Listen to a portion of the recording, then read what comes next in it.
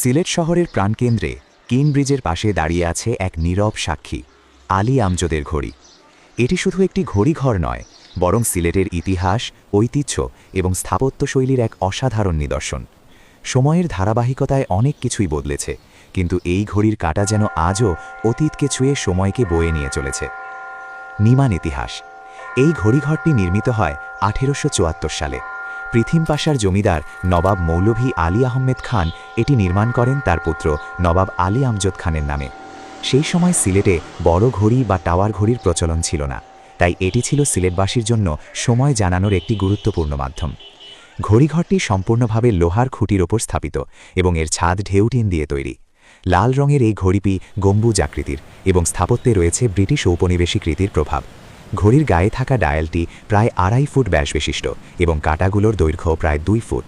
পুরো ঘড়িঘরের উচ্চতা প্রায় 7 মিটার। বাংলাদেশের মুক্তিযুদ্ধের সময় 1971-এ পাকিস্তানি বাহিনীর আক্রমণে ঘড়িটির ব্যাপক ক্ষতি হয়। পরে স্থানীয় জনগণ এবং প্রবাসী বাংলাদেশিদের সহায়তায় এটি আবার সচল করা হয়। 2016 সালে সিলেট সিটি কর্পোরেশন ঘড়িটির বড় ধরনের সংস্কার করে, তবে মাঝে মাঝে ঘড়িটি অচল হয়ে পড়ে এবং তা পুনরায় সচল করতে কর্তৃপক্ষকে হস্তক্ষেপ করতে হয়। আলী আমজদের ঘড়ি আজ সিলেটের প্রতীকী একটি স্থাপনা। দেশি বিদেশি পর্যটকদের কাছে এটি অন্যতম আকর্ষণ। ঘড়িটির পাশে রয়েছে কিন ব্রিজ, সুরমা নদী এবং সিলেট শহরের নানা দর্শনীয় স্থান। ফলে যারা সিলেট বেড়াতে যান তারা এই ঐতিহাসিক ঘড়িটি এক নজর দেখতে পারেন না। আলী আমজদের ঘড়ি শুধু সময় জানানোর একটি যন্ত্র নয়, এটি সিলেটের ইতিহাসের একটি জীবন্ত দলিল।